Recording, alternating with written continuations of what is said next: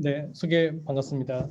저는 2012년부터 이제 산자부에서 지원하는 국가참조표준 데이터센터의 한국인 뇌파 데이터 센터를 맡아서 이제 소아청소년부터 이제 장노년층까지의 건강인 표준 뇌파 데이터베이스를 만드는 프로젝트를 지금까지 해왔고요.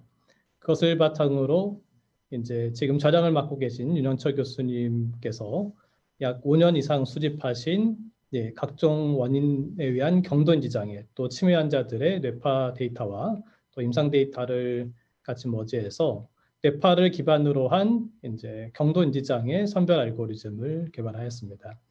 그와 관련해서 말씀드리도록 하겠습니다. 아마 신경과 선생님들께서는 뇌파에 대해서 대부분 다 익숙하시겠지만 이 뇌파라고 하는 것은 이미지와는 다르게 이 타임 시리즈 데이터입니다. 그래서 시간에 따라서 계속해서 변한다는 것이 특징이고요. 이 변화는 속에서도 변하지 않는, 즉 이 사람의 임상적 컨디션을 잘 반영해 줄 수 있는 그 피처들을 추출을 해서 그것을 적절하게 조합하고 또 오그멘테이션하고 학습을 해서 원하는 이제 상태를 잘 클래시피케이션하는 것이 이제 이 뇌파를 활용한 기계학습 알고리즘의 목적이 되겠습니다. 근데 이제 많은 경우에 이런 타임 시리즈 데이터들을 그냥 시각적으로 판별하는 것이 컨벤셔널 이미지에서 주로 지금까지 활용하셨던 그런 방향인데요. 주로 이제 어떤 그 non-stationary한 스파이크나 이런 체인지들을 주로 시각적으로 판별을 하시는 것이 이제 컨벤셔널한 관점이었다면은 소위 말해서 퀀티터티브 이미지 정량 뇌파에서는 이런 타임 시리즈의 이런 뇌파 파형의 시각적 분석에 의존하지 않고 이것을 공학적 분석을 하게 됩니다. 소위 말해서 컴퓨테이셔널 뉴로사이언스 기법을 해서 레저넌스 시그널 속에 담겨져 있는 각 주파수 대역별로 이 빠른 주파수는 빠른 주파수대로 소위 뭐 베타파 이상의 빠른 주파수와 델타파나 세타파 이상의 슬로우 웨이브에서 이러한 주파수들이 느리고 빠른 주파수들이 얼마나 혼재되어 있는지를 이렇게 그 필터링을 하고 또 파워 스펙트럼 분석을 해가지고 정량적 값들을 얻게 됩니다. 그래서 보통 일반적으로 퀀티터티브 이미지를 분석을 할 때 우리가 얻을 수 있는 기본적인 정보들은 주파수 그리고 각 주파수별 그 정량적 값과 세기 그리고 좀 더 깊이 들어가면은 그 주파수의 그 파형의 그 파장의 특정한 파장에 발생하는 위치를 추적을 하게 되고요. 그다음에 서로 독립된 시그널들의 상호 연계성, 코릴레이션들을 다양한 수학적 값을 이용을 해서 그 연관성을 이제 이해하게 됩니다. 그래서 뇌파의 그 파장의 유사성 정도를와 그다음에 커널리티를 이용해서 펑셔널 커넥티비티를 또 분석하게 되고요. 그다음에 이제 시그널들이 얼마나 스테이셔너리하게 나오는지 아니면은 굉장히 컴플렉스하게 나오는지에 따라서 신호의 규칙성과 복잡성을 분석을 하면서 다양한 속성을 얻게 됩니다. 그래서 이제 이 머신러닝 이야기를 잠깐 말씀드리고 가자면은 이제 흔히 생각할 때 이게 뇌파는 타임시리즈 데이터니까 RNN을 사용을 하면 이게 잘 분석될 것이다라고 해서 많은 이제 앞선 연구자들께서 주로 이제 RNN 기법을 활용을 해서 시그널 분석을 하시는데 생각보다 잘 되질 않습니다.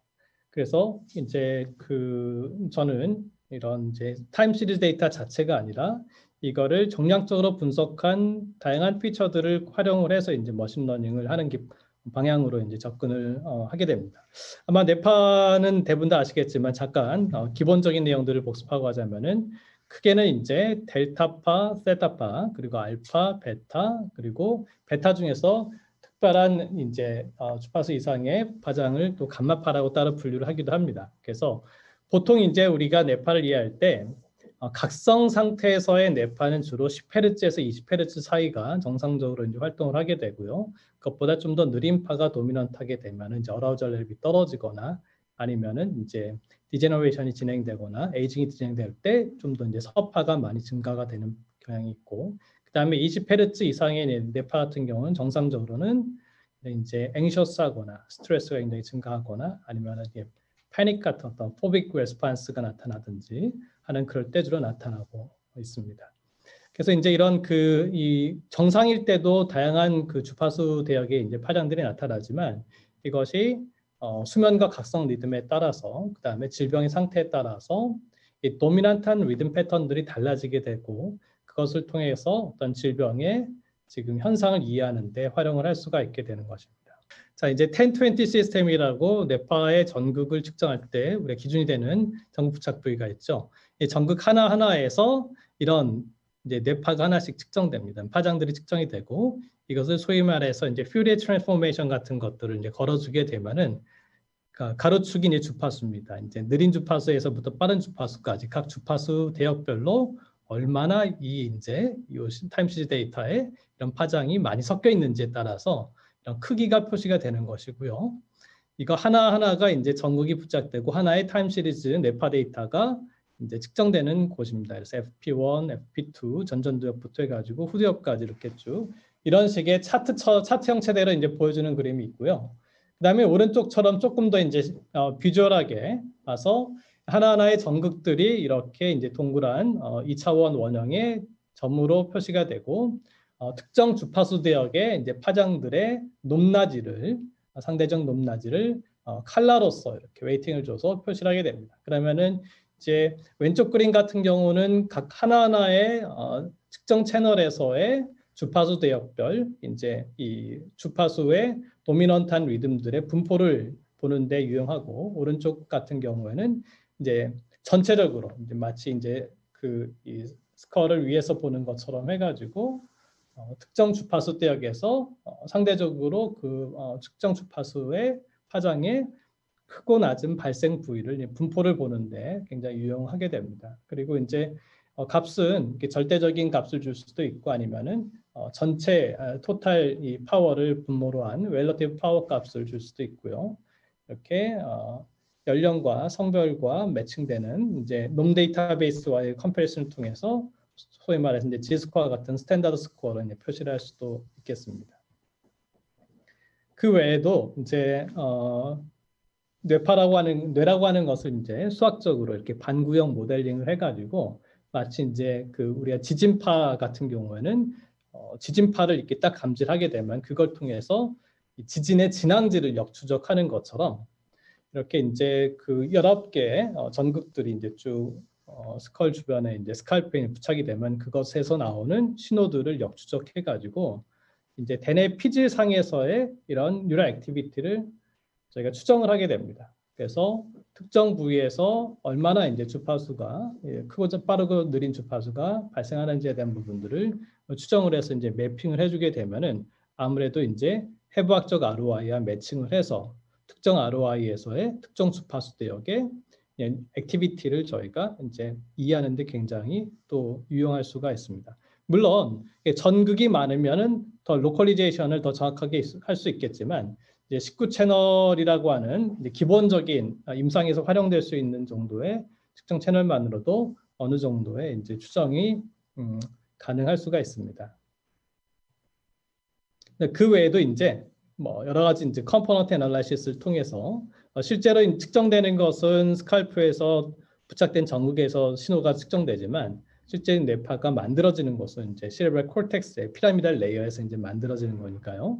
그것들 아까 말씀드린 것처럼 여러 전극에서 측정된 주파수들의 그런 파장 패턴들을 분석을 해가지고 특정 패턴의 이제 시그널들이 뇌의 어느 부위에서 발생하는지를 이제 추정하는 그런 기법들이 있습니다. 이거는 우리가 뇌파를 측정을 하게 되면 많은 노이즈들이 이제 혼입이 되게 됩니다. 대표적으로 이제 피졸로직하게는 눈 깜빡임이라든지 눈 움직임이라든지 아니면 EMG라든가 그다음에 또 핫빛 또 심지어는 이제 ECG 여러 가지 이제 신호들이 이제 혼재돼 가지고 나올 수가 있습니다. 그런 노이즈들을 이제 잘 전처리를 해가지고 이 코르티칼 오리진의 순수한 뇌파 신호만을 잘 이제 뽑아서 분석을 해야지만이 임상적인 판단을 하는 데서 보다 더 도움이 될 수가 있겠고요. 노이즈들이 많이 이제 혼입이 되면은 아무래도 그 분석된 결과의 신뢰도가 떨어질 수밖에 없겠죠. 그래서 무엇보다도 뇌파라고 하는 것은 노이즈에 센시티브하기 때문에 잘 프리프로세싱을 해야 되는데 이런 ICA 같은 기법들은 노이즈 컴포넌트들을 특히 이제 스테이셔너리하게 연속적으로 나오는 노이즈 컴포넌트들을 제거하고 리컨스트럭션 하는데 꽤 도움이 됩니다. 특히 이제 제가 또 임상 현장에서 활용하기 쉽도록 개발한 클라우드 기반의 온라인 뇌파 분석 소프트웨어에서는 이런 로레타 같은 그 프로그램들이 이제 알고리즘이 내재되어서 로 데이터들을 전처리를 하고 그다음에 이런 로레타 기법에 이제 함수를 적용을 해가지고 3D에서의 코티컬 이미지를 이제 가상화시킨다든지 아니면 각 ROI별로의 펑셔널 커넥티비티를 이제 코헤런스 값을 기반으로 해서 표현하는 등 여러 가지 이제 피처들을 잘 활용해 볼 수가 있겠습니다. 그 다음에 이제 그 MRI에서의 각 ROI별 코티컬 thickness도 비교 대상이 있어야지만이 그 연령대에 있어서의 이제 퍼센타일 값을 통해서 상대적으로 이것이 아트로피가 왔는지 아니면 정상 범위가 있는지를 판단할 수 있는 것처럼 뇌파도 마찬가지입니다. 특히 뇌파라고 하는 것은 이런 소아청소년에 있어서는 특히 에이지 다이나믹스가 굉장히 심합니다. 물론 헬시 어덜트가 되면 생각보다 굉장히 스테이블하게 쭉 가다가 또 이제 장노년층에서는 또 이제 에이징에 따르는 변화들이 조금씩 나타나는 측면들이 있지만 그래서 이렇게 이제 측정해서 계산되어 있는 토포맵, 이걸 토포맵이라고 하는데 여기서 이제 예를 들어서 전반적으로 보면은 세타 대역에서의 주파수 값이 굉장히 도미넌트한데 특히 이 가운데 프론탈 콜텍스에서 좀 더 집중적으로 발생할 수 하는 것을 이제 볼 수가 있지만 이것이 이 에이지를 감안했을 때, 이 나이를 감안했을 때 어느 정도로 이게 정상 범위에 있는지 비정상인지를 알려면은 소위 말해서 하나하나의 값들을 스탠다디제이션을 해야 됩니다. 이 QEG에서는 주로 지스코어를 많이 씁니다. 지스코어를. 그래서 물론 이제 대부분의 이제 생리적 피처들은 이 정규 분포를 하지 않습니다. 정규 분포를 하지 않고 이제 상당히 이제 그런 특이한 분포 패턴이 있는데 그것들을 또 적절하게 이제 분포를 또 변형을 줘가지고 가급적이면 우리가 임상적으로 판단하기 쉬운 패턴으로 피처를 가공을 해서 스탠다디제이션을 하게 됩니다. 그래서 주로 제일 많이 쓰는 것이 이제 지스코어가 되겠고요. 이걸 보시면은 이제 가운데 세타파도 이제 상당히 증가를 한 걸 보이지만 그것보다도 이제 이런 패스트 웨이브 쪽이 상당히 많이 증가되는 걸 알 수가 있습니다. 이건 이제 같은 나이대에 이제 놈 데이터베이스하고 컴패리슨을 한 거고요. 만약에 이것이 이제 다른 연령대하고 비교를 하게 되면은 이 델타나 세타, 알파 전반적으로 굉장히 주파수가 강하게 표현되는 것을 알 수가 있습니다. 이제 이렇게 되면은 우리가 임상적으로 판단할 때 조금 잘못된 판단할 수가 있겠죠. 이 사람은 지금 굉장히 슬로우 웨이브가 강하구나. 그렇게 되면은 저게 굉장히 좀 심각한 질병을 이제 의심할 수도 있겠지만 이렇게 정상적인 네이지 매칭된 놈 데이터베이스랑 비교를 하게 되면 좀 더 그런 오류를 줄 수가 있겠습니다. 자, 지금부터는 이제 저희가 제가 유현철 교수님과 같이 개발하고 연구해 왔었던 뇌파 기반의 MCI 클래시파이어에 대한 부분들을 좀 자세하게 설명드리도록 하겠습니다. 이것은 이제 사실 MRI 우리나라 같은 경우는 워낙에 그 연구자분들께서 주로 대학병원에 계신 분들께서 많은 데이터를 기반으로 해서 이제 연구를 활발하게 하시지만 실제로 경도인지 장애나 치매 환자들의 그 유병률을 생각을 했을 때 커뮤니티 레벨에서의 스크리닝이 적절하게 되어야지만이 그것의 진행을 효과적으로 예방을 할 수가 있겠죠. 더더군다나 이제 이것이 하나의 코스트 이펙티브니스라든가 그다음에 글로벌리 활용 가능한 그 확장성을 생각했을 때 그 뇌파라고 하는 것은 일단 기본적으로 장비에 들어가는 이제 비용이 많지가 않죠. 그리고 보급 확산하는 데 용이한 측면에서 스크리닝 도구로서는 상당히 그 강점을 가지고 있는 것 같습니다. 그리고 이게 이제 지난달에 의료용 소프트웨어로 또 허가를 받게 되었습니다. 자, 간단히 말씀을 드리면은 어떤 원인에 의해서든지 간에 이런 디제너레이션이 생기게 되면은 뇌파는 상대적으로 슬로우 웨이브들이 많이 증가하게 됩니다. 심플하게 말씀을 드리면 그렇습니다. 그 외에도 이제 몇 가지 이제 특징들이 있게 되는데요. 우리가 이제 레스팅 스테이트에서 가장 도미넌트한 오실레이션은 이제 9에서 한 11Hz 사이에서의 알파파가 제일 이제 도미넌트합니다. 건강한 사람들은. 그래서 소위 말해서 도미넌트 웨이브의 피크 프리퀀시는 보통 한 9에서 10 정도가 대부분 건강한 사람들이 유지를 합니다. 그런데 이것이 이제 디제너레이션이 굉장히 심해지게 되면은 이런 도미넌트 웨이브들의 파워가 줄어들게 되고 심지어는 또 굉장히 느려지게 됩니다. 이런 것이 이제 굉장히 그 특징적인 것이고요. 이러한 현상이 뇌 ROI상이 어느 부위에 나타나느냐. 즉 이것이 알츠하이머의 MCI에서 시작되는 패턴인지 아니면 디멘치아까지 간 패턴인지 아니면 루이 바디 패턴인지에 따라서 한 질병에 따라서 그 질병의 시작에서부터 이렇게 스프레딩 되는 그런 패턴들이 다르기 때문에 프로그레션에 가면서 이런 그 뇌파의 주파수 대역별 변화와 그 다음에 그것의 그 위치 관계들을 잘 분석을 하게 되면은 몇 가지 우리가 감별하는 데 필요한 컨디션들을 적절하게 이제 감별하는 데 굉장히 유용한 정보로 활용될 수가 있겠습니다. 그 다음에 이제 그 에이징 브레인 같은 경우는 건강 브레인과 다르게 우리가 인지 기능이 떨어지기 전에 어떤 부위에서의 로컬한 펑션들이 조금씩 손상이 되게 되면 다른 부분에서 그것을 컴펀세이션 하게 됩니다. 소위 말해서 cognitive reserve capacity라고 얘기를 할 수가 있겠죠. 그래서 neural compensation이나 cognitive reserve라고 하는 것이 우리가 이제 알려져 있는 현상들인데 실제로 어느 로컬한 부분이 기능이 떨어지게 되더라도 그 적절한 커넥티비티가 잘 유지하게 되면은 다른 부분에서의 컴펀세이션 현상이 나타나게 되는데 그 대표적인 것이 이런 디제너레이션이 진행되게 되면 슬로우 웨이브가 증가할 때 초반에는 이런 그 베타파 한 15에서 20Hz 정도의 베타파가 같이 증가하면서 전반적인 이 뉴럴 퍼포먼스를 컴펀세이션 해줍니다.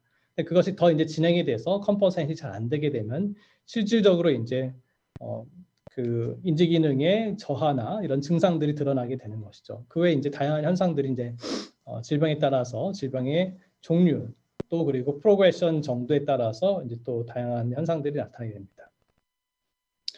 일단 그 알츠하이머 치매의 가장 주된 원인이 이제 알츠하이머 병이고 알츠하이머 병에 의해서 디멘치아가 이미 이제 넘어가게 되면 실질적으로 지금 치료하기가 어렵죠. 그렇기 때문에 이제 당뇨병을 예방하는 데 있어서 소위 말해서 이제 메타볼릭 신드롬 대사증후군에서 대사증후군 단계에서 집중적으로 이제 라이프스타일 케어를 하게 되면은 이제 고혈압이라든지 당뇨로 가는 것을 최대한 예방할 수 있는 것처럼 이제 그 AD 디멘치아도 사실상 이제 MCI 단계에서 집중적으로 이제 이런 프리벤티브 인터벤션에 들어갔을 때 실질적으로 프로그레션을 딜레이 시켜주거나 예방할 수 있는 그런 중요한 이제 테라피우틱 윈도우 페리드가 되기 때문에 뇌파라고 하는 것은 확진을 위한 검사로서는 약하지만 이런 얼리 스테이지에서의 그런 민감한 변화들을 포착을 해서 좀 더 라이트 타임에 이런 확진적인 검사를 받을 수 있게끔 하고 적절한 이제 얼리 인터벤션이 가능한데 도움을 주자. 그래서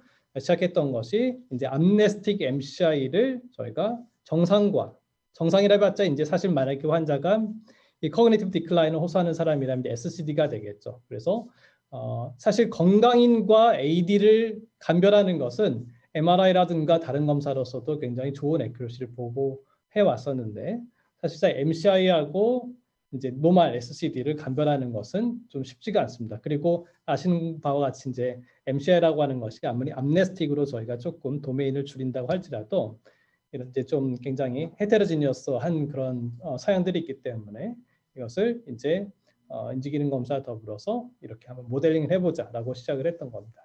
그 다음에 이제 두 번째로서는 현재 이 사람이 지금 그 MCI 단계인지 아니면은 MCI보다는 좀 더 마일드한 단계인지를 감별하는 것을 넘어서서 이 사람이 앞으로 얼마나 프로그레션을 할 것인가를 예측하는 데 좀 더 도움을 주기 위해서 좀 더 more progressive type, 그 다음에 less progressive type을 감별할 수 있는지 그런 부분들을 한번 또 트라이를 해봤습니다.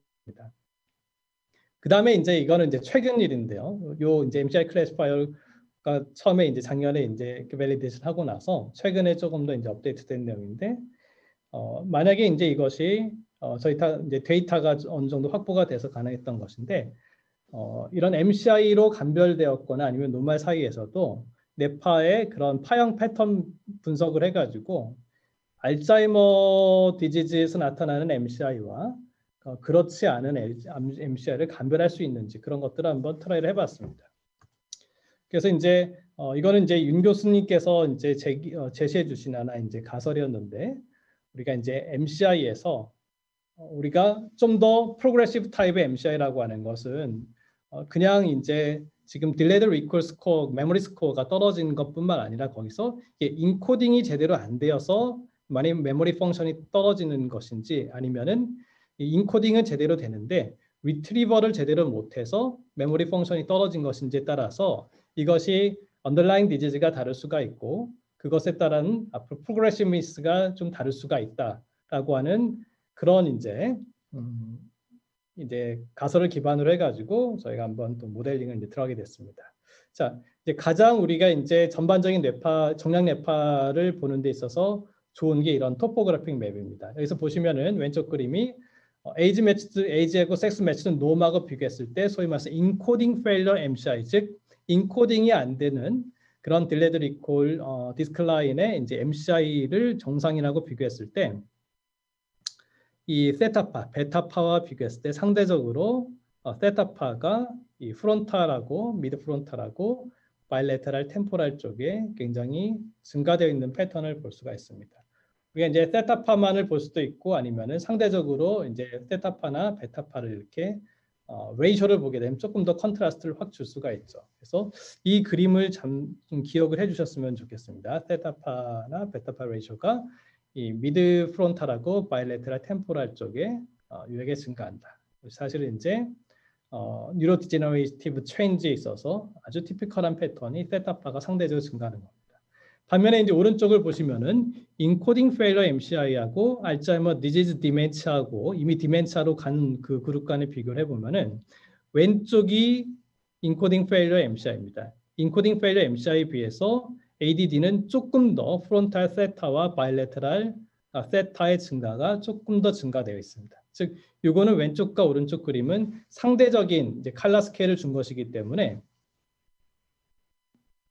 여기 보시면 왼쪽 그림에서 이제 세타 베타 레이쇼가 빨간색이 이제 3.88인데 비해서 여기 AD 디멘차에서는 6이 넘죠. 즉 베타파에 비해서 세타파가 6배 이상 된다라고 하는 것입니다. 이런 패턴들이 인코딩 페일러 MCI에서 ADD로 갈 때 이런 패턴들이 좀 더 증가되는 패턴들을 확인할 수가 있었습니다. 이것은 물론 이제 그룹 비교이기 때문에 하나하나의 케이스가 모두 이렇게 티피컬하게 나타난다는 것은 아닙니다. 그 다음에 이제 이 인코딩 페일러 MCI와 리트리벌 페일러 MCI를 한번 비교해 봤습니다. 그랬더니 이 리트리벌 페일러 MCI는 조금 더 이제 노멀 쪽에 가깝고 굳이 이제 비교를 하자면 인코딩 페일러 MCI는 이렇게 이 미드 프론탈에서의 세타파가 유의하게 증가되는 패턴을 볼 수가 있었습니다. 반면에 아까 제가 잠깐 말씀드렸죠. 이런 코그니티브 디클라인을 통해서 어떤 ROI 영역에서의 뉴로 디제너레이션이 진행이 되게 되면 또 다른 영역에서는 컴펀세이션이 나타날 수가 있다는 것이죠. 그래서 이런 리트리벌 페일러의 MCI 같은 경우는 베타2 대역에서 페리에탈 쪽에서의 증강 현상들을 보이고 있는데 이게 사실은 건강한 청년들의 뇌에서는 잘 나타나지 않는 패턴들입니다. 그래서 저희는 이걸 보면서 이것이 일종의 이제 프론토 페리에탈 커플링 현상에 의해서 세타파가 프론탈에 증가를 했을 때 페리에탈에서 베타파가 같이 증가를 하면서 컴펀세이션 해주는 그런 이제 현상들로 저희는 이제 이해를 하고 있습니다. 자, 또 한 가지는 이제 아까 말씀드린 것처럼 로레타 알고리즘 같은 걸 적용해서 소스 레벨에서 보게 되면은 역시 인코딩 페일러 MCI 같은 경우는 프론탈하고 이제 싱귤레 콜텍스에서 세타파가 유의하게 증가하면서 이제 코어런스도 같이 증가하는 패턴을 보이고 있고요. 반면에 이제 리트리벌 페일러 MCI 같은 경우는 전반적으로 베타2 대역에서의 증강 현상이 뚜렷하게 나타나고 커넥티비티 역시 증가되어 있는 패턴을 보이고 있습니다. 이 관련된 연구는 윤 교수님과 함께 지금 논문에 이제 투고가 되어서 지금 이제 리바이스 중에 있고요. 그 다음에 이제 저희가 조금 더 들어가서 이제 저희 몇 개 대학의 그 연구사업단과 이렇게 데이터를 같이 분석하면서 이제 아밀로이드 펫을 측정한 MCI 그리고 SCD 데이터들을 저희가 어느 정도 좀 확보할 수가 있었습니다. 그래서 한번 이렇게 이제 비교를 해봤는데요. 왼쪽이 아밀로이드 포지티브인 MCI고 오른쪽이 아밀로이드 네거티브인 MCI입니다. 그런 걸 보시면은 그 아밀로이드 포지티브 MCI에서 미드 프론탈에서의 세타파가 상당히 증가되는 패턴을 볼 수가 있습니다. 물론 이제 인디비dual 베리언스가 굉장히 크기 때문에 집단 간 비교를 했지만 통계적으로 아직 유의성이 나타나지는 않았지만 패턴만 봐주시기 바랍니다. 패턴을 봤을 때 뚜렷한 차이가 있고 베타2 대역에서는 아밀로이드 네거티브 MCI가 베타2의 both 페리에탈에서 증가되는 패턴을 볼 수가 있는데 이게 대단히 흥미로운 게 아까 앞서서 보여드렸던 것처럼 인코딩 페일러 MCI하고 리트리벌 페일러 MCI의 이 차이의 패턴하고 꽤 유사한 패턴이 나타나는 것을 볼 수가 있습니다. 물론 이제 오른쪽에 인코딩 페일러, 리트리벌 페일러는 아밀로이드 펫을 시행하지 않았기 때문에 인코딩 페일러 MCI가 아밀로이드 포지티브이고 즉 알츠하이머 MCI고 리트리벌 페일러 MCI는 아밀로이드 네거티브인 넌 알츠하이머 MCI다. 이렇게 지금 말씀드릴 수는 없지만 이 집단 간의 비교를 했을 때 나타나는 그런 패턴의 차이를 보면은 상당히 유사하다는 것에 꽤 이제 그 재미있는 파인딩이라고 생각합니다. 차후에 이런 이제 인코딩 페일러 MCI가 실질적으로 아밀로이드 펫을 시행을 했을 때 어떻게 나타나는지는 또 나중에 기회가 된다면 한번 해볼 만할 것 같습니다. 그 다음에 이제 그 SCD입니다. 그 SCD는 그 주관적 인지자죠. 아직 인지 검사에 있어서는 어느 정도 정상을 유지하고 있는 그런 그룹인데 역시 이 소위 말해서 이제 기능적으로는 정상인 이 그룹 안에서도 아밀로이드 포지티브, 네거티브에 따라서 앞서 보여드린 것과 같은 포지티브, 네거티브에 따른 차이가 이런 SCD 군 안에서도 어느 정도 패턴이 나타나는 것을 저희가 확인할 수가 있습니다.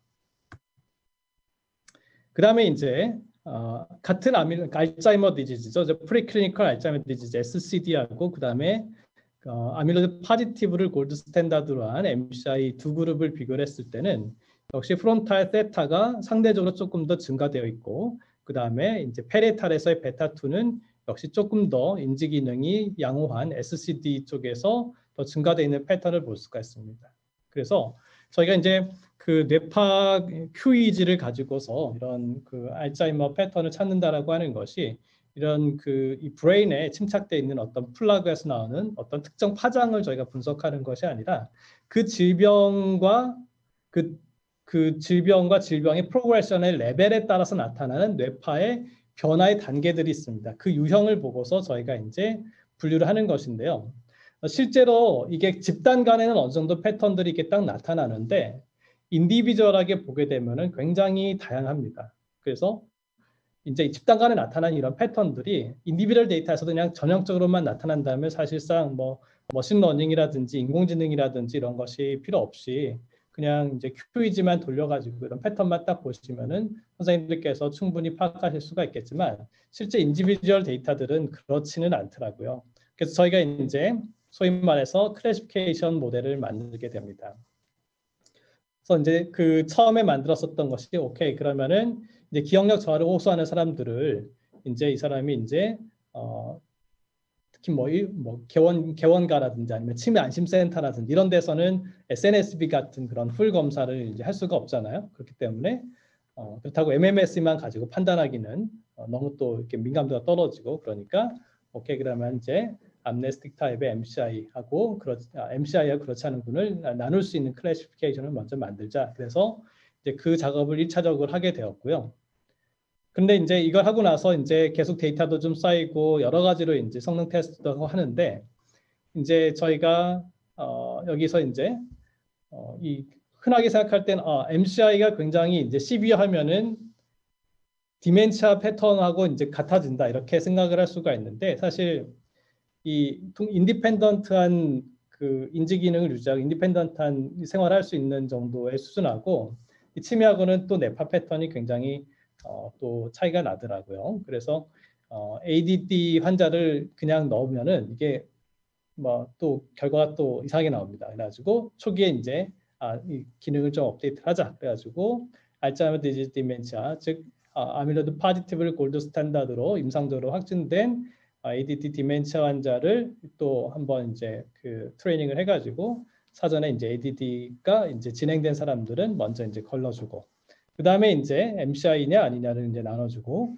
그 다음에 아까 잠깐 보여드린 것처럼 포스트 클래리피케이션으로 혹여 이제 정상 또는 SCD라고 하더라도 사실 클리니컬 AD가 있을 수가 있지 않습니까? 그리고 또 암네스틱 MCI 중에서 특히 또 인코딩 페일러 MCI라고 하더라도 반드시 이게 또 프로드로말 AD는 아니더라고요. 아닐 수가 있으니까 이런 것들을 이제 여러 가지 디멘전의 정보를 주기 위해서 이런 알츠하이머 아밀로이드 파지티브로 그 파지티브 양성 반응인 데이터 셋들을 가지고서 저희가 모델링을 또 새로 해봤습니다. 그렇게 해가지고 이제 멀티 레이어 클래시피케이션을 이제 쭉 적용하게 되면은 크게는 이제 점수가 5 구간으로 이렇게 분류가 되는데 50 이상은 정상. 그 다음에 이제 인지 기능상으로는 또 정상으로 분류가 됐지만 또 알츠하이머 파지티브 패턴을 보이는 분은 또 50에서 60 정도의 점수를 분포하게 되고 그 다음에 또 암네스틱 MCI로 분류가 되었지만 거기에서 이제 알츠하이머 파지티브 패턴을 보이지 않는 군 같은 경우는 조금 마일드한 60에서 70 그리고 알츠하이머 파지티브 패턴을 보이는 군은 70, 85 이런 식으로 해가지고 이제 그레이딩을 하게 됩니다. 한 케이스를 보시면은 자, 이 케이스는 임상적으로 알츠하이머 디지즈 디멘치아로 확진된 70세 여자 환자였습니다. 보시면은 델타파가 가장 도미넌트하게 증가되어 있는 패턴을 보실 수가 있겠고 아주 전형적인 그 디멘치아 환자의 패턴을 보실 수가 있습니다. 이 환자 같은 경우는 저희 MCI 클래시파에서 한 85.5% 정도의 점수를 이제 보이고 있습니다. 두 번째입니다. 75세 남자 환자이고요. 이분 같은 경우는 이제 경도 인지 장애 암네스틱 MCI로 인지기능 검사상 암네스틱 MCI가 나타났고요. 아밀로이드 펫은 양성 반응이었습니다. 즉 프로드로말 알츠하이머 MCI가 되겠죠. 이 환자 같은 경우는 이 세타파랑 알파1 즉 4Hz에서 10Hz 사이에서의 슬로우 웨이브가 도미넌트하게 증가하는 패턴을 보이고 있고 약간의 페리에탈의 컴펀세이션이 조금 나타나고는 있습니다. 이 환자 같은 경우는 약 76% 정도의 그런 이제 probability 스코어를 보이고 있습니다. 그 다음에 이제 이 케이스 같은 경우는 69세 남자 환자고 인코딩 페일러 암네스틱 MCI입니다. 그래서 상당히 이런 피노타입만 보게 되면은 프로드로말 알츠하이머의 MCI처럼 그 증상들이 나타났는데요. 아밀로이드 폐상에서는 음성이었습니다. 근데 재미있는 게 템포랄 쪽에서의 슬로우 웨이브가 증가되는 양상이 보입니다. 그러니까는 이제 이제 알츠하이머에 의한 것은 아니지만 어떤 다른 원인에 의해서 이런 이제 템포랄 롭의 코르티칼 디제너레이션이라든가 아니면은 히포캠퍼스의 아트로피든 스클레로시스나 어떤 다른 원인이 있을지는 모르겠습니다. 그 부분은 제가 직접 진료를 한 의사가 아니기 때문에 잘 모르겠고요. 그래서 이런 경우에는 이런 피노타입은 굉장히 전형적인 인코딩 페일러의 암네스틱 MCI였지만 실제로는 뇌파 패턴에서는 아까 보여드린 것 같이 이제 전형적인 인코딩 페일러 암네스틱 MCI와 QEG 패턴 조금 다르고 점수는 64.4, 즉 60 이상이니까 MCI이긴 한데 70 이하이기 때문에 이제 이 스코어를 가지고선 알츠하이머 형태는 아닌 그런 MCI라고 저희가 이제 사인을 줄 수가 있겠습니다. 그 다음에 이제 이 경우는 이제 61세 여성 환자의 SCD 환자인데요. 인지기능 검사상은 이제 노말 레인지 안에 있었습니다만 아밀로이드 검사상에서는 파지티브가 나왔습니다. 이 환자 같은 경우는 이제 그 리서치 서브젝트로 리크루트이 됐기 때문에 아밀로 펫을 이제 시행을 하게 됐고요. 왼쪽에 토포그래픽 맵을 보시면 특별히 슬로우 웨이브가 그렇게까지 증가되어 있는 패턴을 보이지 않고 있습니다.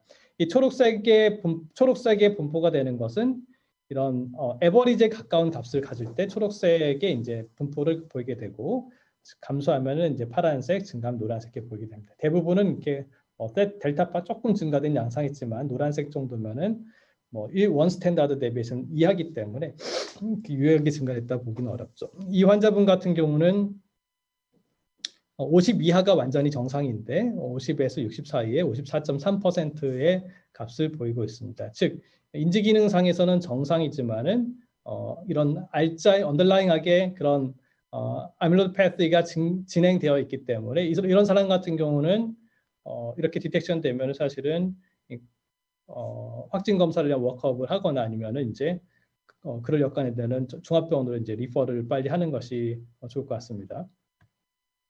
그다음에 이제 이 케이스 같은 경우는 이제 73세 남자 환자고 인지기능상에서 정상이고 또 아밀로이드 펫에서도 음성이 나타난 케이스였습니다. 이 케이스 같은 경우는 이제 저희 이제 MCI 클래시파이어에서도 점수가 굉장히 낮게 나타나서 소위 말해서 이제 with normal limit라고 임상적으로 판단을 할 수가 있겠습니다. 그래서 이제 저희가 주된 목적은 여기 스텝 2에서 나오는 이런 이제 주관적으로 이제 기억력 저하를 호소하는 사람이 지금 현재 MCI 단계에 있는지 아니면은 아직은 MCI 전 단계인지를 판단하는 것이 이제 주된 목적이었고 컷오프 밸류는 60점을 기준으로 해가지고 저희가 이제 밸리데이션 했을 때 이건 크리티컬 밸리데이션 한 겁니다. 이제 인디펜던트 데이터셋을 가지고 밸리데이션 했을 때 센시티비티가 93%, 스페시피티가 90% 정도 나왔고요. 데이터셋을 늘려서 이제 계속해서 이제 학습을 통해 가지고 이제 센시티비티를 올리고 있고 최근에는 저희가 한 95% 정도까지 이제 좀 올라가는 경향을 보이고 있습니다. 1% 올리는 것 자체가 굉장히 큰 도전이더라고요. 중앙대학교 병원하고 부당 서울대병원, 강원대병원에서 이제 임상시험을 하였습니다. 현재는 신의료기술 평가를 좀 받고 있고요. 그다음에 이제 그 이론적인 부분들은 아까 그 앞에 연자분께서 잘 말씀해 주셔서 저는 좀 재미있는 이제 스터디 어프로치를 좀 말씀드리려고 하는데요.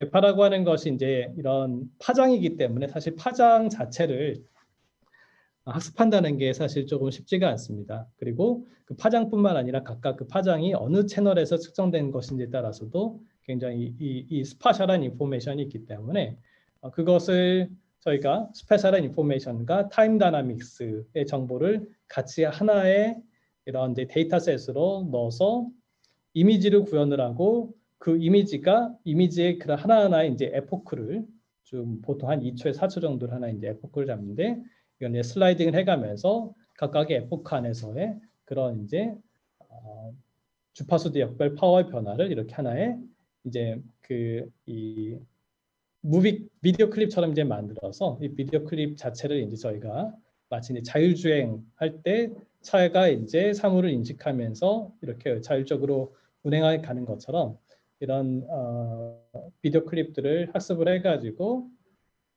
어떤 이제 여러 가지 이제 어떤 이제 컨디션들을 저희가 잘 포착하는 그런 기법들을 저희가 이제 또 자체적으로 개발해가지고 또 적용을 하고 있습니다. 그래서 네, 보시면은 이제 이런 왼쪽 그림 같은 경우는 2, 3분짜리의 데이터가 에버리지된 패턴인데 오른쪽 같은 경우는 이제 4초를 에포크로 해가지고 이제 윈도잉을 했을 때 나타나는 이제 그 각 타임 프레임별로의 그런 각 주파수 대역별 파장이 변화를 나타나는 것입니다. 이제 왼쪽을 보면은 또 그 자체적으로 이제 하나 이미지 갖고 있는 정보가 있죠. 오른쪽에서는 시간에 따른 변화라고 하는 것들이 또 굉장히 뇌파 가지고 있는 특징적 정보이기 때문에 그런 것들을 활용을 해서 이제 딥러닝에 활용을 하면서 좀 더 얼리 스테이지에서의 슬라이트한 체인지들을 디텍션하는 쪽으로 저희가 도전하고 있습니다.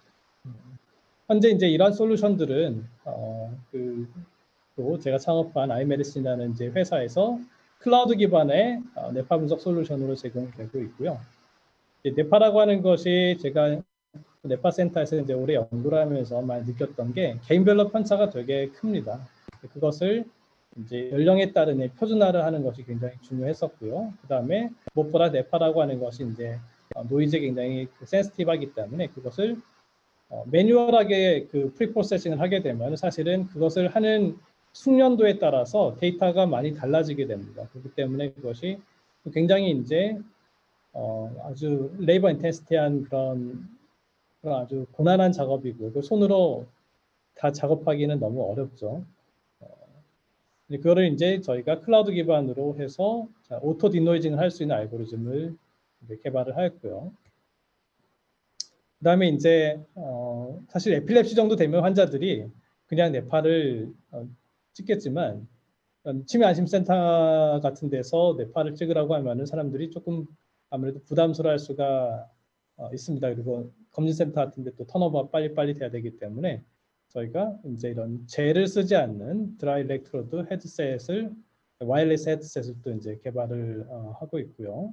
그다음에 이제 이런 패턴들을 또 머신러닝 기반으로 해서 분석을 해가지고 이제 온라인상에 업로드하고 온라인상에서 한 5분 이내의 분석 시간을 통해 가지고 바로 결과를 볼 수 있는 이제 그런 시스템들을 이제 개발을 해서 이제 또 진료하시는 선생님들께서 언제든지 활용하실 수 있도록 그렇게 지금 준비를 하고 있습니다.